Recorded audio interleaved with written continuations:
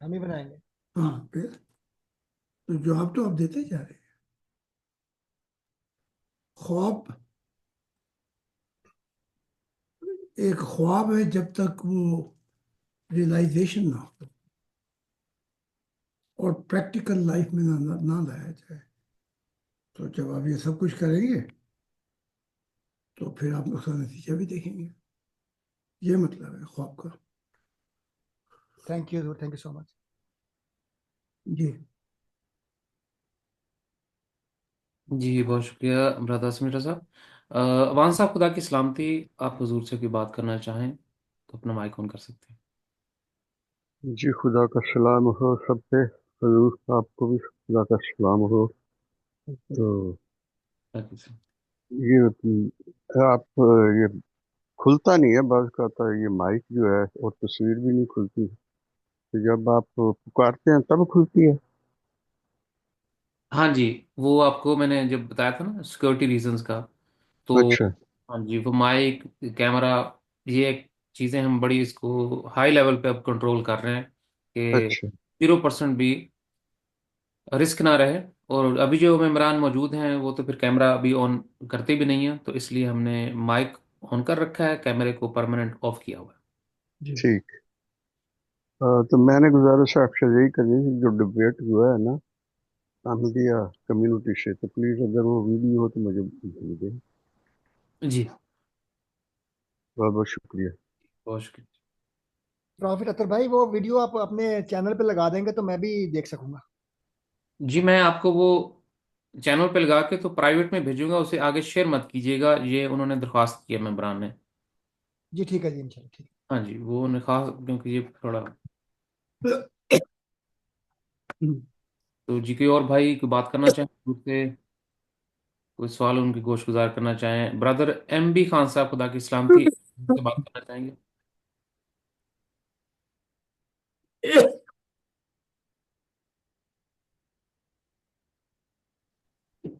خدا کی سلامتی ہو پیارا دوست اور تمام عمران پر رفیع بھائی پر. اور میں سنوں گا بس کیونکہ بڑا مشکل سے جو نا ٹائم نکال کے آیا ہوں اور حضور کا چہرہ جو نا لائیو دیکھ رہا ہوں. بس ریکارڈنگ سنتا ہوں. اور حضور بہت بہت love you so much so much I love you.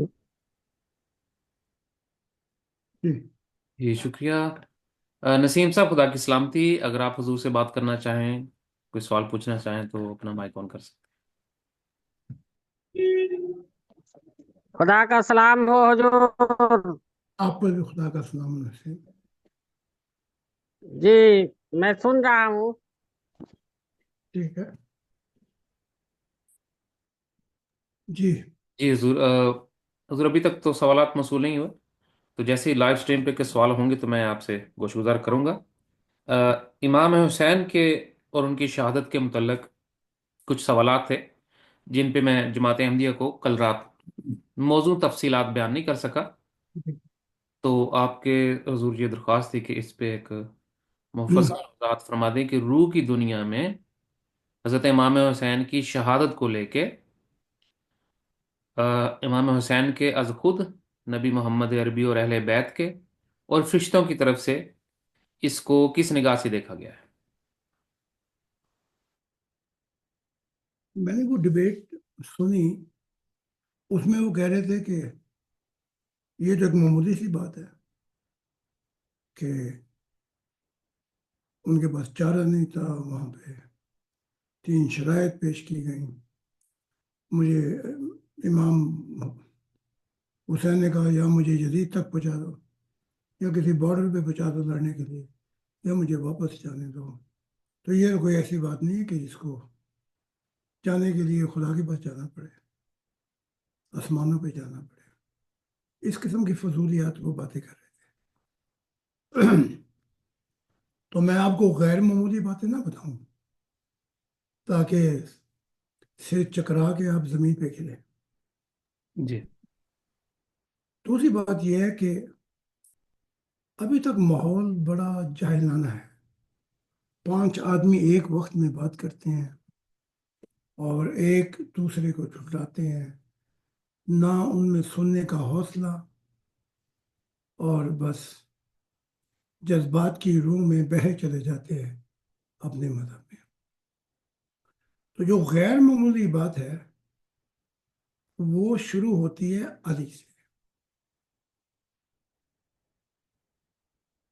علی نے وہی کتاب میں دیکھ لینا جو secret ٹیسٹمونی of Ali about what went wrong, کیا غلط ہوا، وہاں سے شروع کریں نا۔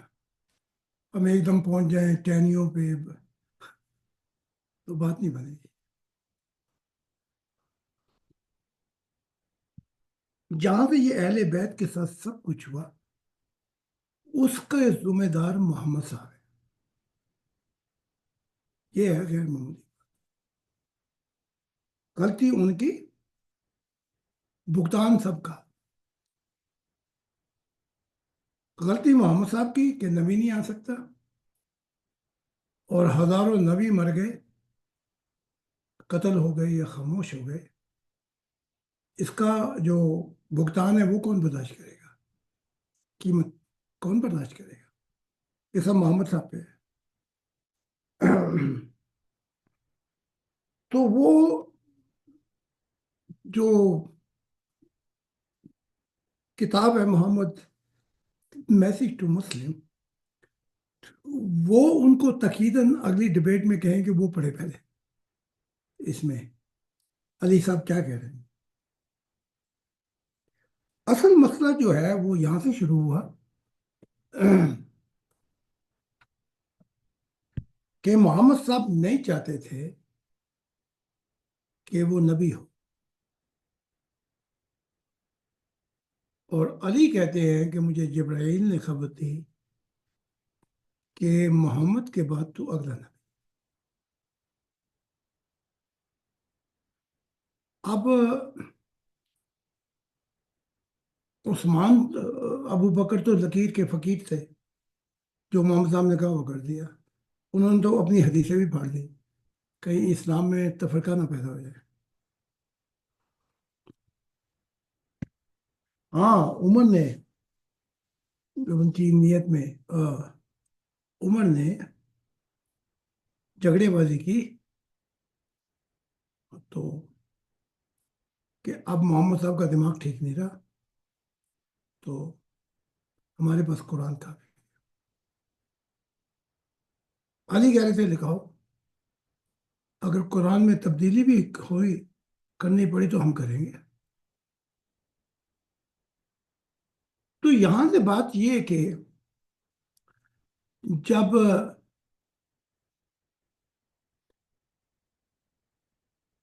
حضرت علی نے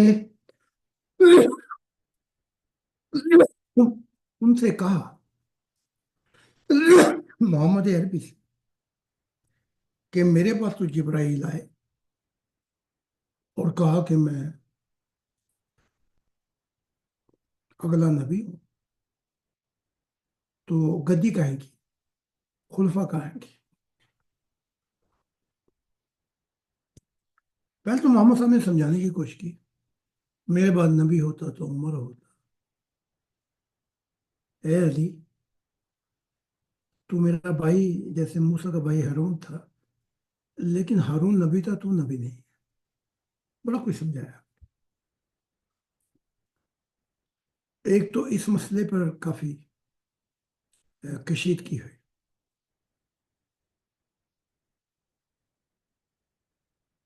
دوسرا جو مسئلہ تھا وہ یہ تھا کہ محمد صاحب نے کہا کہ خدا کی ذات نور ہے، زمین و آسمان۔ محمد صاحب نے بتایا، علی نے بتایا، حضرت علی نے، کہ ایسا نہیں ہے، وہ نور میں کچھ اور بھی ہے۔ جب یہ معاملات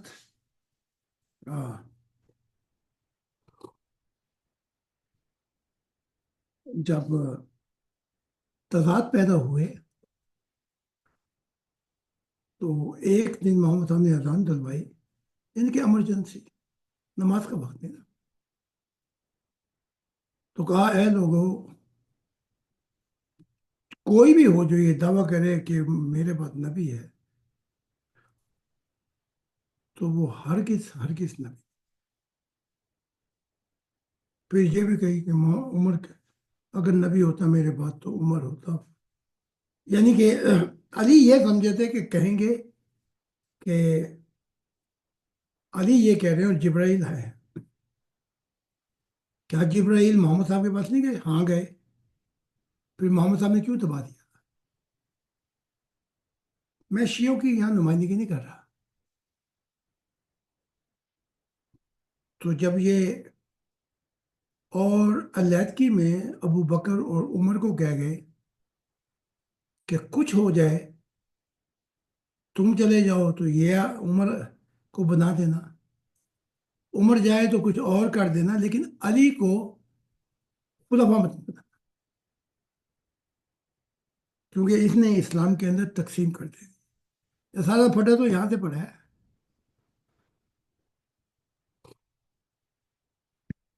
یہ کہنا کہ ناپسندگی کی نگاہ سے دیکھا، سارے اہل بیت کا جو قتل و غارت ہوئی ہے وہ تو یہاں پہ ہوئی ہے آگے.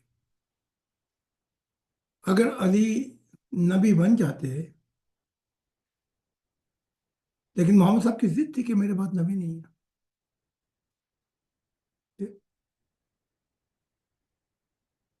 اس لیے آپ نے یہی نہیں بلکہ اوروں کو بھی ڈھکا لگا دیا کہ کوئی اور بھی آئے تو اس کو بھی دھر لینا. تو آپ دیکھ لیں آج 1500 سال ہو گئے، باقی تو چھوڑ دیں کئی کئی ہزار. ہمارے دور میں کتنے قتل، اور اگر میں قتل ہو جاتا تو اس کا کھاتا کسی گلے میں پڑتا، محمد صاحب کے پڑتا. یہاں سے اب رانگ فاؤنڈیشن جو ہے وہ 3 خلفاء نے ڈالی، ابو بکر نے، عمر نے، عثمان نے. عثمان کے ساتھ تو بہت ہی زیادہ، یعنی کہ تلواریں نکل آتی آئی تھیں، لیکن وہ عباس بیچ میں پڑھتے رہے، کہتے رہے عثمان کو تھوڑا سا تم نیچے آؤ، تھوڑا سا علی اوپر آئے تاکہ بات بنے، لیکن بات نہیں بنی. یہاں سے یہ فتنہ فساد جو ہے عثمان سے،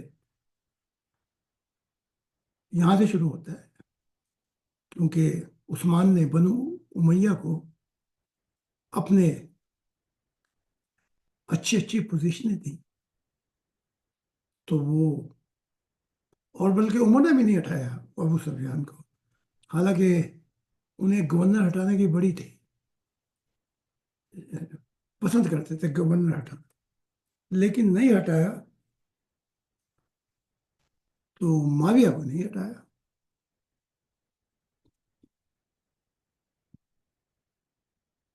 اور پھر عثمان کے دور جب چنا گیا تو عبد الرحمن بن عوف نے کہا کہ میں علیحدہ ہو جاتا ہوں خلافت سے، تم ان 6 میں سے چننا جس کو چننا. تو علی نے وہاں پہلے کہہ دیا تھا میں سمجھتا ہوں کہ تم سے انصاف نہیں ہو سکے گا، تم ایک طرف جھک جاؤ گے. وہی ہوا.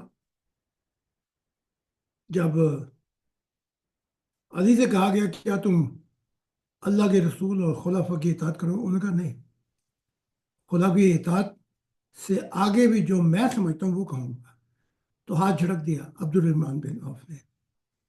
پھر پوچھا عثمان سے، اس نے بغیر شکایت کے کہا میں ہاں پوری اطاعت کروں گا، حالانکہ نہ ابو بکر صدیق بن سکے، عثمان نہ عمر بن سکے، اور مصیبت بھی ڈھائی، لیکن عہد کر لیا کہ ہاں میں ایسا ہوں گا خلافت کے لیے.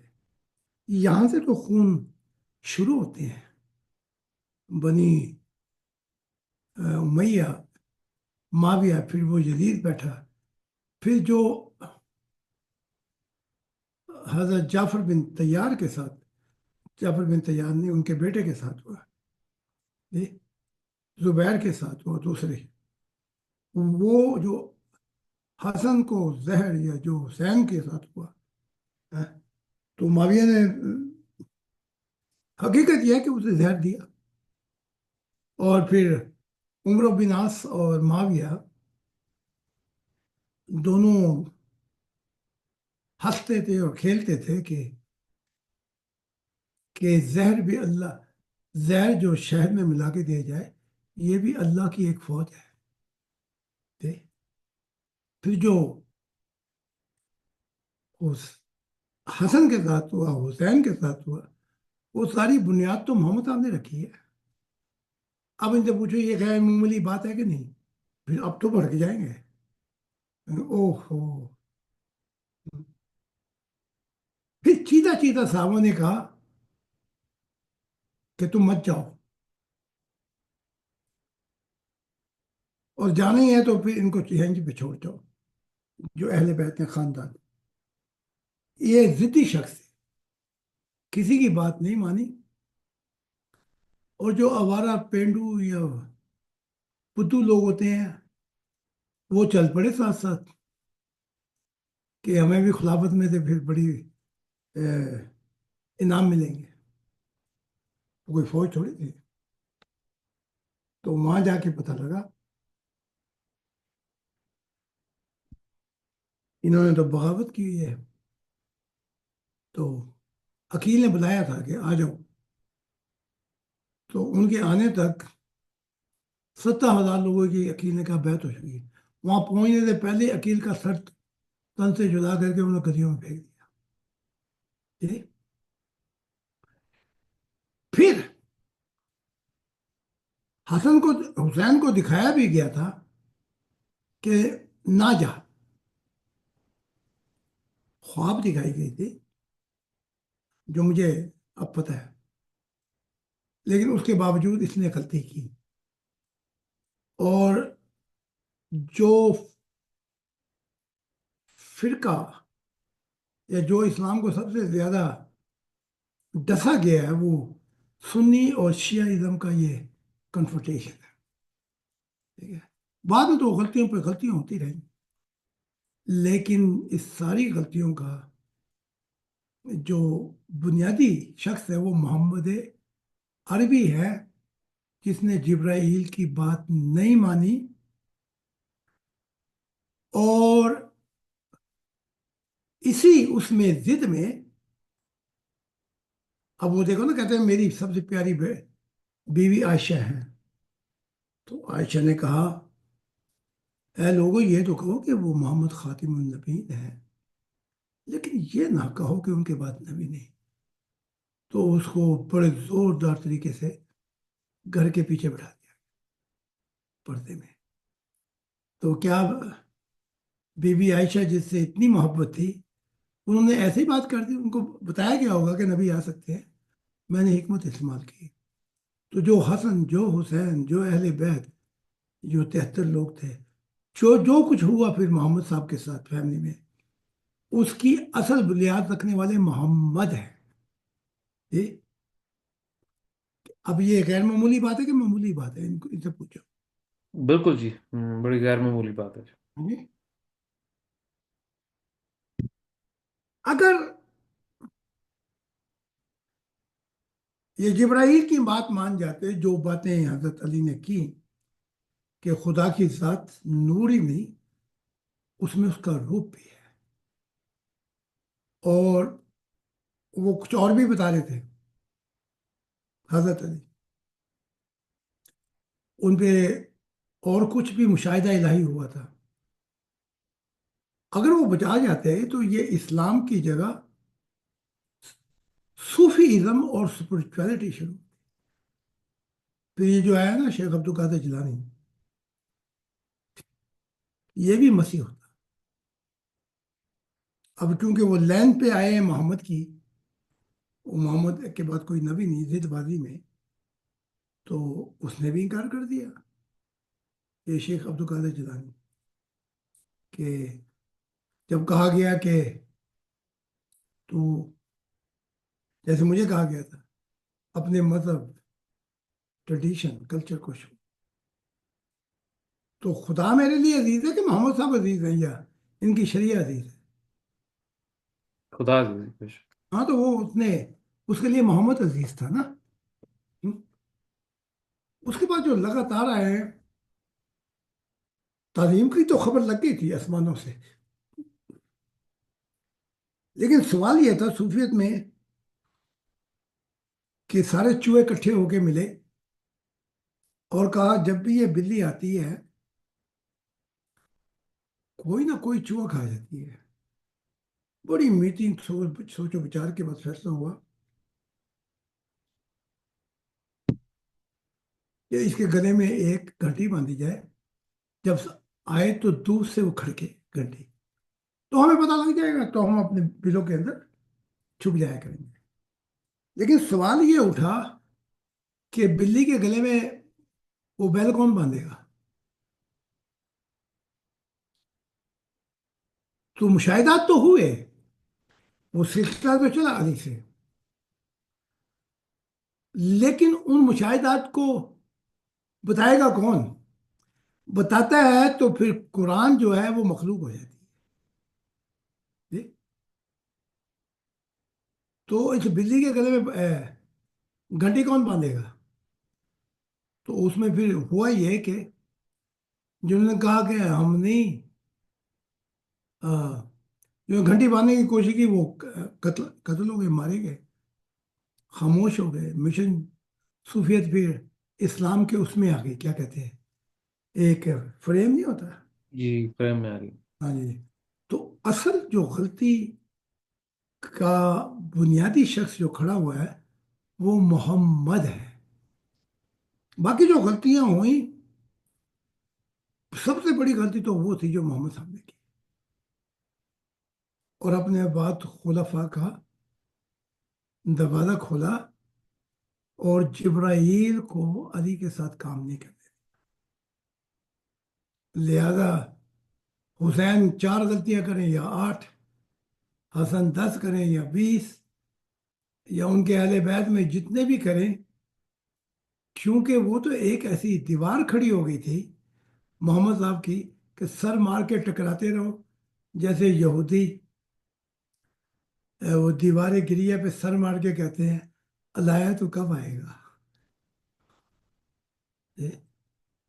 تو یہ مسلمان سر مار کے کہتے ہیں دیوار پہ کہ او اے امام تو کب آئے گا، او مسیح تو کب آئے گا۔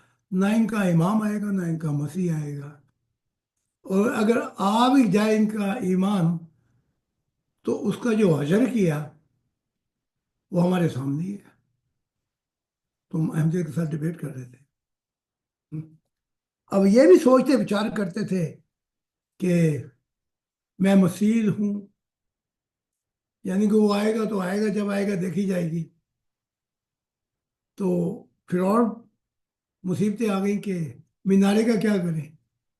تو نور الدین صاحب نے کہا اس مینارے کو بھول جاؤ ورنہ اور گڑبڑ ہوگی، بس کہے جاؤ کہ میں اس کا مسیح ہوں، میں یہ کر رہا ہوں، میں تیاری کر رہا ہوں۔ تو یہ جو ہے جماعت احمدیہ، یہ بھی ایک شاخ بن گئی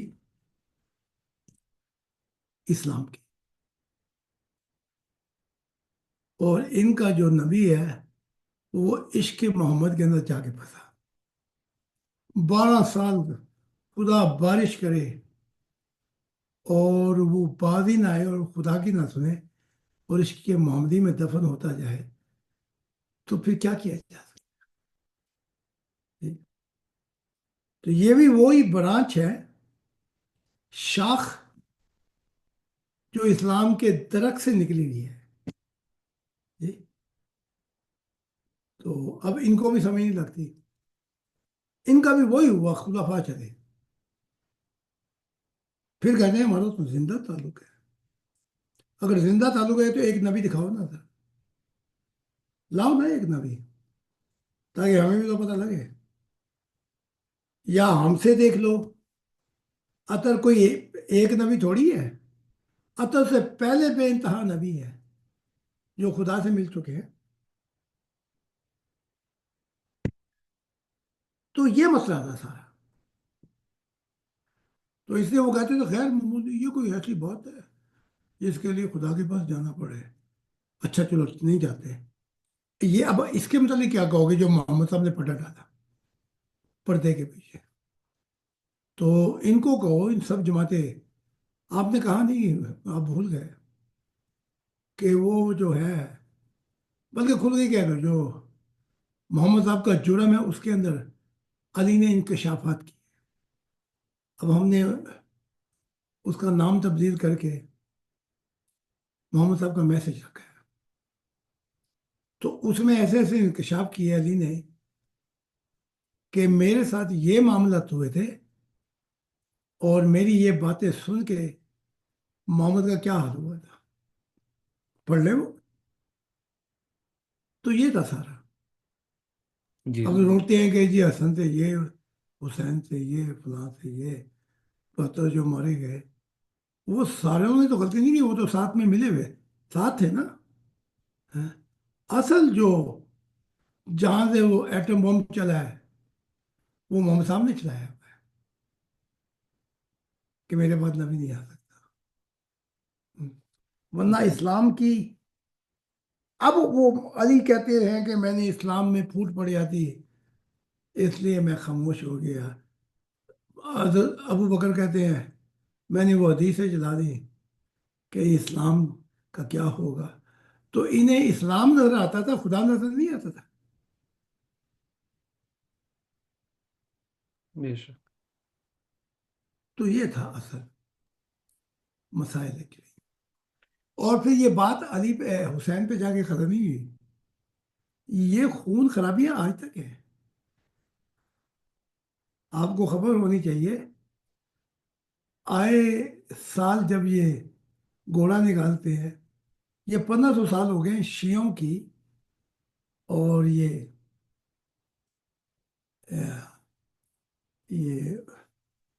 امیہ کے فسادات ہوتے رہے. انہوں نے گن گن کے بدلے لیے. پھر عباسی دور آیا، انہوں نے ان کے ساتھ گن کے بدلے لیے. پھر علوی دور آیا، انہوں نے. اور یہ خون خرابے ہماری ہسٹری کی پیسن تاریخ کا حصہ ہے. اچھا بھی یہ تو ہو گئی کہ جی اس سب کی جڑ جو ہے وہ محمد صاحب ہے. یہ ہے جو آپ. جی ضرور، بہت شکریہ جی. ایک خاتون بی بی عائشہ کے بارے میں سوال کر رہی تھیں، اور وہ یہ جاننا چاہتی تھیں کہ حضرت بی بی عائشہ کا جو رول تھا نبی محمد عربی کی زندگی میں اور اسلام میں، وہ جو شریعت بتاتی ہے، جو حدیثیں بتاتی ہیں، اس کے علاوہ وہ نہیں جانتی. وہ یہ پوچھ رہی تھی کہ اصل جو رول تھا ان کا وہ کیا تھا، یا وہ کیا پوٹینشل تھی ان کی، وہ کیا کر سکتی تھیں اگر ان کے بارے میں جو آپ بتا رہے ہیں، اگر یہ ان پر بندشیں یا لمیٹیشنز نہ رکھی جاتی اسلام کی طرف سے، تو اصل میں حضرت بی بی عائشہ تھی کون؟ بی بی عائشہ محمد صاحب کا لباس تھی، اور محمد صاحب برینا تھے. بی بی عائشہ. تو اس راز گفتگو میں آپ نے بہت کچھ کہا جو اصحاب سے نہیں کیا. اب وہ بی بی عائشہ جو ہے وہ آگئی میدان میں، اور بغاوت کی. تو سب سے پہلے جس شخص نے روکا وہ علی تھے. تو یہ مدینہ چھوڑ کے آ گئی مکہ. وہاں پتہ لگا کہ علی خلیفہ بن چکے ہیں. تو کہا اس سے پہلے کہ علی خلیفہ بنتا، بہتر تھا کہ آسمان زمین پہ گر پڑتا. ادھر محمد صاحب کہہ رہے ہیں میں دو چیزیں چھوڑ کے جا رہا ہوں، ایک قرآن اور ایک اہل بیت. جب تک تم ان کی اطاعت، تو تم بھٹکو گے نہیں. ایک قرآن اور ایک اہل بیت. تو بی بی عائشہ نے تو دھجیاں پہ گھیر دی. پھر ایک 10 ستارے تھے کہ ان میں سے کسی کی اطاعت کر لو، یہ تمہیں ہدایت یافتہ کر کے، یہ جنتوں کے ستارے ہیں 10. وہ 10 ستاروں نے ایک دوسرے کو مار مار کے، بلکہ بی بی عائشہ اور علی کی جنگ میں ہی طلحہ مارے گئے، زبیر مارے گئے، اور کئی ہزار اصحاب مارے ٹھیک.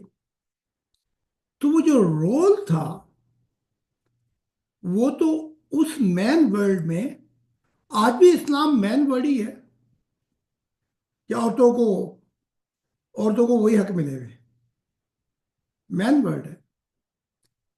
تو وہ تو اس وقت اور بھی مین ورلڈ تھا. تو بلکہ تمہیں یہ بھی خبر ہونی چاہیے کہ عائشہ کو قتل کس نے کیا اور کیا کروایا، یہ بھی معاویہ کے لوگ ہیں. معاویہ کی ذریت سے یزید، پھر وہ حجاج بن، وہ کیا تھا، حجاج بن، یہ سب ماری کی ضروری سے آتے ہیں. تو انہوں نے پھر عائشہ کو بھی شہید کروایا، مروایا. تو ان کی ایک لمبی ہسٹری ہے کہ جس میں میں ہوں تو سب کچھ ہے، میں نہیں ہوں تو پھر کچھ بھی نہیں ہے، میں ہوں تو سب ٹھیک ہے. تو بی بی عائشہ ایسے ماحول میں کیا رول ادا کر سکتے ہیں، اور جب کرنے کے لیے زبان کھولی تو پھر کیا حال ہوا. پھر وہ جب وہ جنگ ہوئی بی بی عائشہ اور علی کی، جب علی نے فتح پائی اس میں کئی ہزار صحابہ مر گئے. تو بی بی عائشہ کو پیرے میں بھیجا گیا مدینے کہ ان کو پردے کے پیچھے بٹھاؤ، قید کر دیا گیا. ہمارے ہاں کہتے ہیں نظر بند. تو ان کو تو ساری زندگی نظر بند کیا گیا. تو وہ اپنا کون سا رول ادا کر سکتے تھے؟ ہاں، اس دور میں بی بی عائشہ نے ایمان لے آئی ہے اس مسیح پر، خدا کے دل پر. اب تو کافی جگہ ہے ان کے لیے مدد کے لیے، ایکٹیو رول کرنے کے لیے، لیکن اب جسم نہیں ہے. تو میں نے دیکھا وہ اکثر آتی ہیں اور کام کر رہی ہیں. محمد صاحب کے ساتھ علیحدگی ہو گئی ان کی نہیں بلکہ اور بیویاں بھی چھوڑ گئی، کیونکہ بڑے پیچیدے معاملات ہیں یہ سارے. جب وہاں پہ فرشتوں کی دنیا میں راز الہی کھل جاتے ہیں بڑے، اور وہاں آزادی بھی ہے اور حفاظت بھی ہے. تو وہاں نہ یہ علی کچھ کر سکتا ہے نہ محمد صاحب کچھ کر سکتے ہیں. تو اب یہ لوگ اب حقیقتیں کھل رہی ہیں. وہ تو محمد صاحب کی زندگی میں کہہ دیا تھا. مجھے لگتا ہے کہ تمہارا خیال رب صرف تیری فرمائشیں پوری کرنے پہ بیٹھے ہوئے ہیں.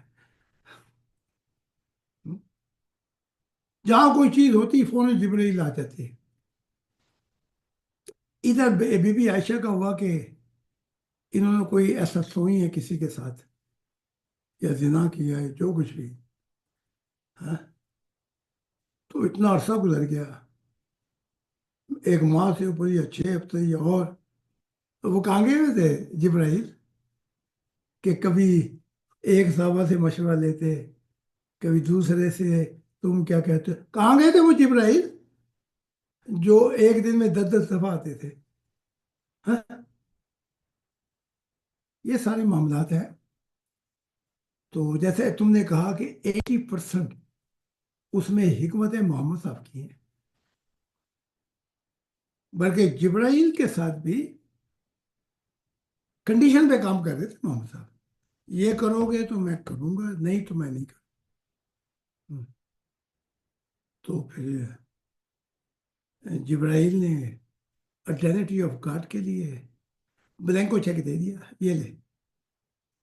لیکن بعد میں پھر روح کی دنیا میں کیا ہوا یہ ہم بتاتے ہیں. پھر جبرائیل محمد صاحب کو اس کے ٹھکانے میں لا کر جانے لگے تو کہا ہے جبرائیل میں تو سمجھا تھا کہ تم میرے ساتھ. اس نے کہا یہ تیری دنیا ہے، اور جو لوگ وہ عہد کیا تھا کہ وہ فردوس میں جائیں گے،